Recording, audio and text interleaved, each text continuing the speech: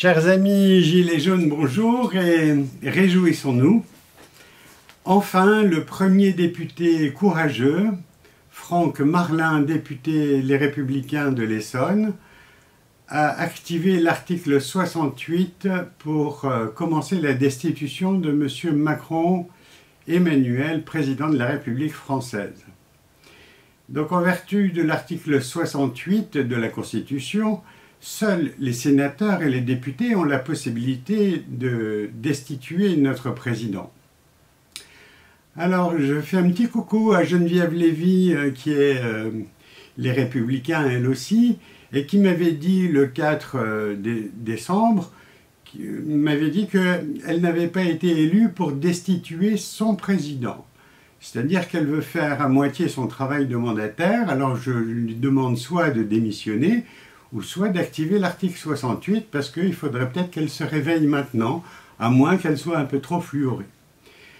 Donc je remercie tous les sénateurs et les députés qui vont embrayer le pas. Je pense à M. Lassalle, qui, je pense, va embrayer le mouvement.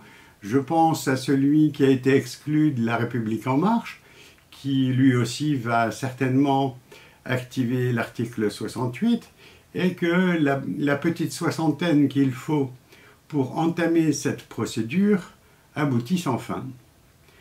Ceci dit, je remarque qu'il y a plus de 53% de sénateurs qui ont plus de 61 ans, et moi je propose qu'on les mette à la retraite, les pauvres, parce qu'ils n'entendent toujours pas ce que le peuple réclame. Et le peuple réclame la destitution. Donc je vous prie de bien vouloir soit vous réveiller et de faire analyser votre sang pour voir si vous n'avez pas un peu trop de fluor. Je rappelle que le fluor était utilisé par les nazis pour endormir la population carcérale dans les camps d'Auschwitz notamment, pour que la population ne se rebelle pas et ne cherche pas à s'enfuir.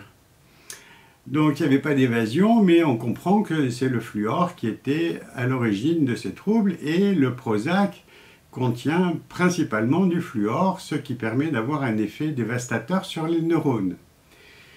Donc une fois que vous avez supprimé de votre alimentation et de votre dentifrice le fluor, vous irez certainement mieux et vous irez un peu plus vite. Mais bon, c'est bien que les sénateurs vont à un train de sénateurs, et c'est bien déplorable.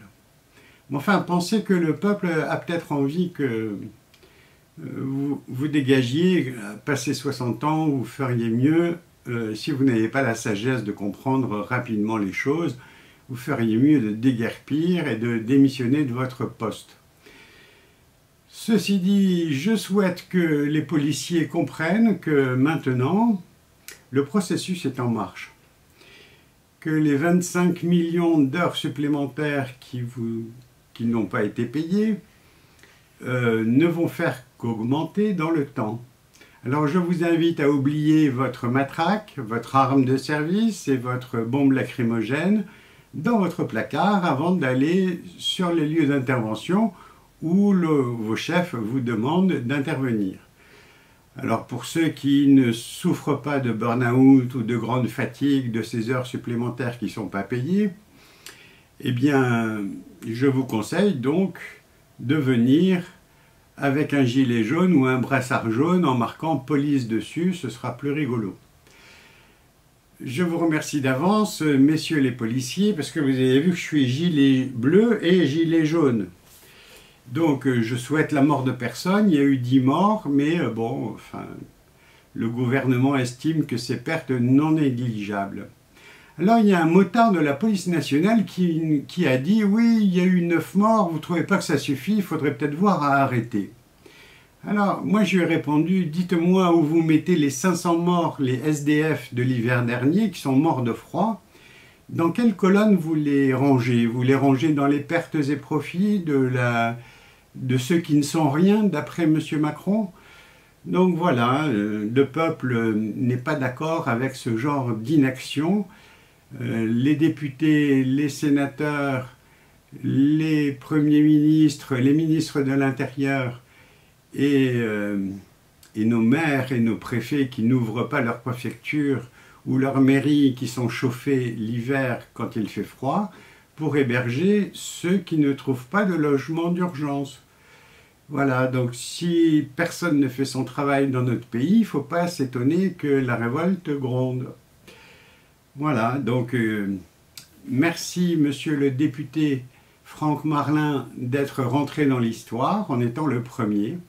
J'espère que monsieur Lassalle, député également, viendra donner un coup de main pour apporter sa deuxième voix, et que Geneviève Lévy pensera aussi à tourner sa veste, et ainsi que madame Muscotti, qui à 31 ans a certainement envie de faire carrière dans la politique, et il faudrait peut-être qu'elle pense à garder sa place en se rendant compte que maintenant il faut lâcher prise, il faut lâcher la République en marche. Voilà, donc bonne nouvelle, c'est que M. Donald Trump a décidé de s'attaquer maintenant à la Banque fédérale des États-Unis, et donc Rothschild n'était pas content, il lui a envoyé un mail en lui disant ferme ta gueule, quoi. Pratiquement c'est ça que ça voulait dire. Donc les banquiers se font, quand je dis les banquiers, il faut comprendre les banksters, hein. Ils se font beaucoup de soucis maintenant parce qu'ils comprennent que c'est terminé pour eux, les carottes sont cuites. À moins qu'ils arrivent à éliminer M. Macron comme on a réussi à éliminer John Fitzgerald Kennedy. Voilà. Donc, Gilets jaunes, continuons le combat. On est là pour ça. On lâche rien.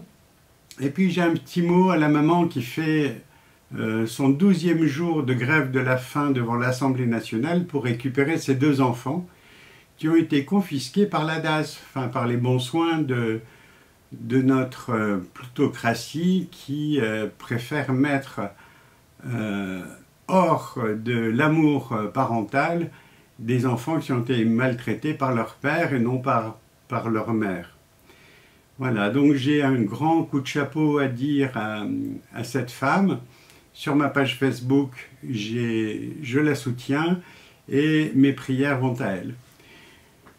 Comme vous pouvez voir, j'ai toujours allumé la bougie Notre-Dame de la santé pour que notre pays et toute notre planète retrouvent une santé loin de tous ces pollueurs qui sont les forces du mal, qui font des trafics d'enfants, des trafics d'êtres à visée sexuelle, des trafics d'armes et des trafics de drogue. Voilà. Bon, j'espère que tout le monde a compris le message et que maintenant les banquiers ont du souci à se faire. N'est-ce pas, Monsieur Macron et tous vos collègues banquiers, banksters. Voilà. Merci de votre attention et joyeuses fêtes de fin d'année à tous et à toutes. À bientôt.